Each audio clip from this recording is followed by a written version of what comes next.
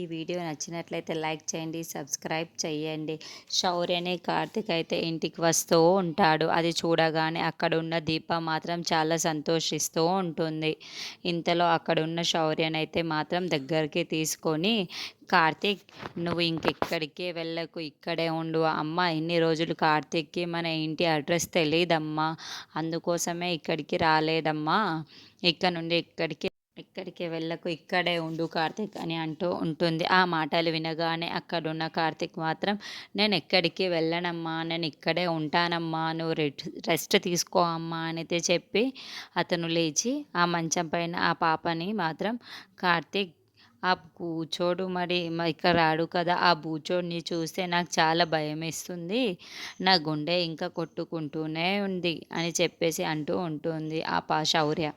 ఆ మాటలు వినగానే అక్కడున్న కార్తీక్, లేదమ్మా ఇంకెవ్వరు రారమ్మా, నువ్వు కొద్దిగా రెస్ట్ తీసుకో అమ్మా అని చెప్తూ ఉంటుంది. ఆ మాటలు వినగానే అక్కడున్న దీప మాత్రం ఒక్కసారిగా టెన్షన్ పడిపోతూ ఉంటుంది.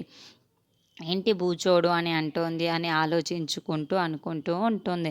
ఇంతలో అక్కడున్న శౌర్యని చూసేసి, శౌర్య నువ్వు ధైర్యంగా పడుకో, నేను మీతో మాట్లాడాలి, మీరు బయటికి వస్తారా అని అడుగుతూ ఉంటుంది.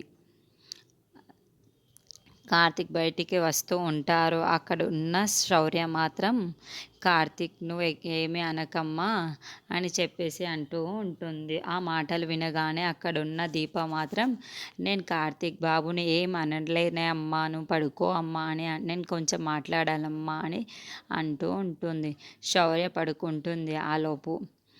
తర్వాత ఆమె బయటికి వెళ్ళిపోతూ ఉంటుంది. జ్యోత్స్న రావడంతో అక్కడ ఉన్న జ్యోత్స్నని మాత్రం, ఏంటి లోపలికి ముగ్గురు వెళ్ళారు కానీ బావ ఒక్కరే బయటికి వస్తున్నారు, ఏం జరుగుతుందో ఏమో అన్నది చాలా టెన్షన్ పడుతూ పోతుంది. ఇంతలో దీపక్ కూడా బయటకు రావడంతో, అయ్యో ఇప్పుడు దీపక్ కూడా బయటికి వస్తుందా, ఏం జరుగుతుందా ఏమో, నాకేమీ అర్థం కావటం లేదమ్మా, నాకు చాలా పిచ్చెక్కిపోతుందమ్మా అని అనుకుంటూ ఉంటుంది. ఇంతలో అక్కడున్న దీప మాత్రం, ఏంటి బూచోడు అంటుంది మళ్ళీ, వాడు ఏమైనా కలిచాడా ఏంటి అనేసి అడుగుతూ ఉంటుంది దీప్ కార్తిక్.